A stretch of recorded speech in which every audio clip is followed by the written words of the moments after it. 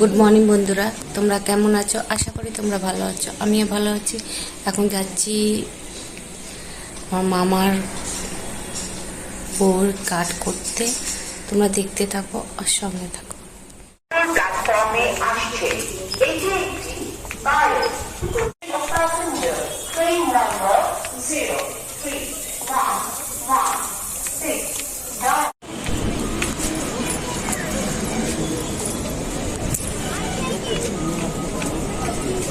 চলো চলো সোজা।